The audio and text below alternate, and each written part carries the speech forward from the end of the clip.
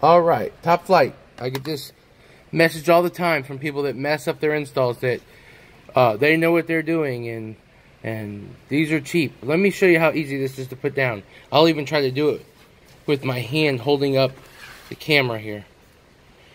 Tape them down.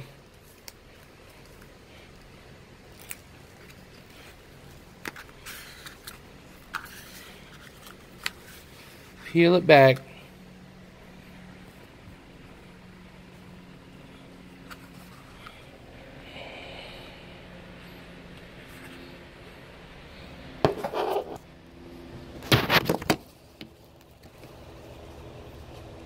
Make a quick cut. Watch this.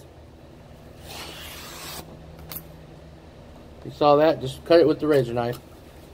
And I'm just gonna take it, use my hand.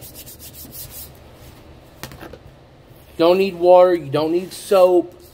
That's all very old school stuff. You don't need to do that. Take it, flip the other side up. No bubbles in that. If you do get a bubble or two, that's nothing to worry about. A couple of days of the heat, throw them in your trunk. The vinyl will shrink up just a little bit. It has pores in it. The air will come out, and you'll be good to go.